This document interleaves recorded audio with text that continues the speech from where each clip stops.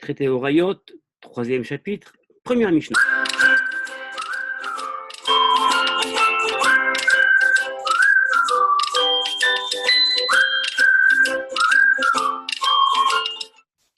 Boker Tov, nous commençons aujourd'hui le troisième chapitre et dernier chapitre de notre traité Horayot.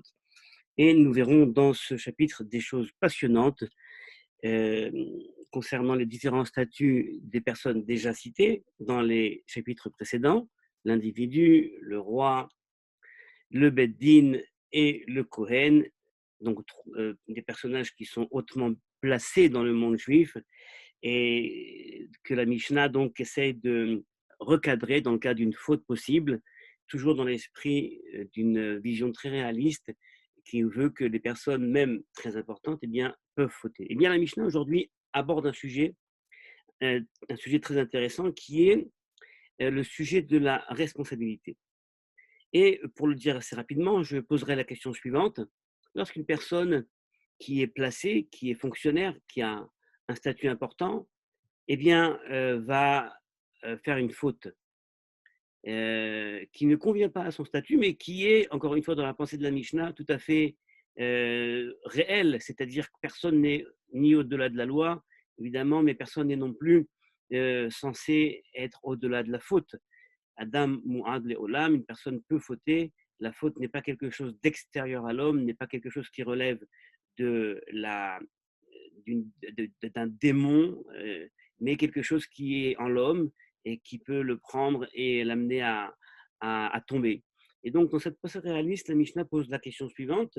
Supposons qu'une personne siégeant à un statut important, eh bien, vient la fauter, mais après, pour une raison X ou Y, eh bien, ne soit plus à ce poste.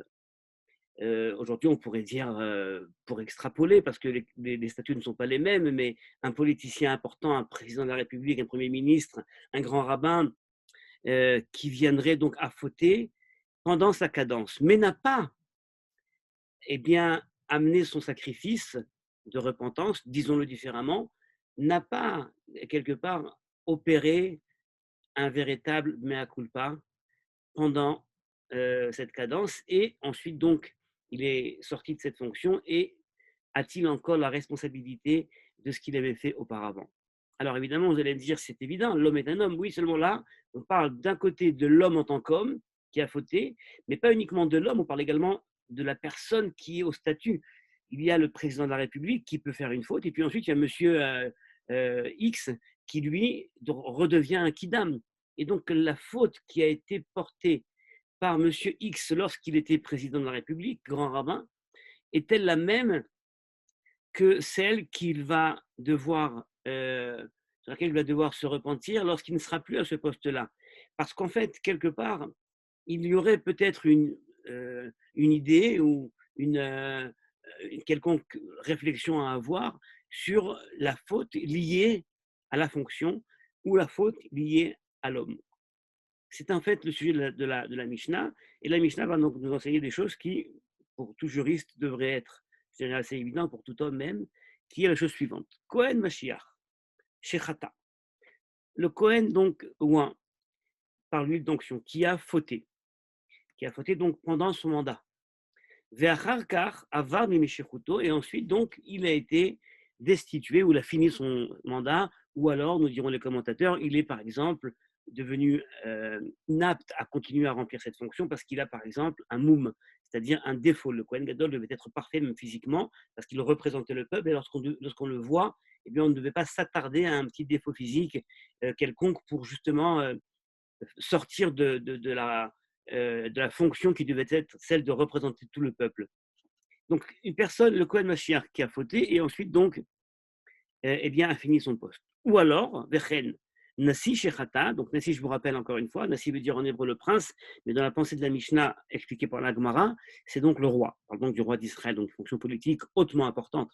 Donc le roi qui a fauté, donc pendant son mandat, Ve'acharkar avar midulato, et ensuite donc il a fini son mandat royal. Qu'est-ce qu'ils doivent faire? Eh bien, nous dit la Mishnah, Kohen Mashiach Mevi par. Le Kohen doit amener un taureau. Et en vérité, le Kohen aurait toujours amené un taureau, comme Khatat, il aurait toujours amené un taureau, mais le din qu'on nous amène ici du Kohen, vous voyez, c'est pas ça le chidouche, parce que au fond, comme la prochaine Mishnah nous le dira, ça c'est quelque chose qui est évident, mais la Mishnah a amené cet enseignement pour justement nous amener l'enseignement d'après, Vanassi me vis Saïr, et le Nassi lui va amener un bouc. Alors, où est la nouveauté dans cette Mishnah? Eh bien, en fait, c'est que selon la Torah, il semblerait que les versets de la Torah qui parlent du Nassi, donc du roi qui va fauter, eh bien, parlent du roi qui faute au moment où il est roi. Et ensuite, ce qu'il doit amener comme korban, tant qu'il est roi. Et donc la Mishnah nous dit, mais il faut bien comprendre que même lorsqu'il est destitué, lorsqu'il finit son mandat royal, eh bien, il doit tout de même amener le korban qu'il aurait amené quand il était déjà en poste, c'est-à-dire quand il était roi, et donc qui est un korban de saïr d'un bouc. Et le Talmud, eh bien, va hautement, je dirais, conceptualiser cette Mishnah en nous disant qu'en vérité, tout découle du moment de la faute. C'est-à-dire qu'en vérité, même si vous n'êtes plus au poste que vous occupiez auparavant, que ce soit Monsieur Cohen ou Monsieur le roi, eh bien, quelque part, la faute a été faite à ce moment-là et l'expiation, le korban qui doit être amené, eh bien, découle de la faute qui a été faite et non pas de la fonction qui accompagne. Je crois qu'il y a derrière ces éléments-là également des relents de morale. La faute ne nous quitte pas, même lorsqu'on est à un autre statut social, lorsqu'on est à un autre moment dans notre vie, la faute ne nous quitte pas et quelle qu'elle soit et où qu'elle soit, eh bien, il y a un moment où il faut savoir la regarder en face et savoir réparer au même niveau qu'au moment où elle a été effectuée. Bonne journée et nous nous retrouvons demain.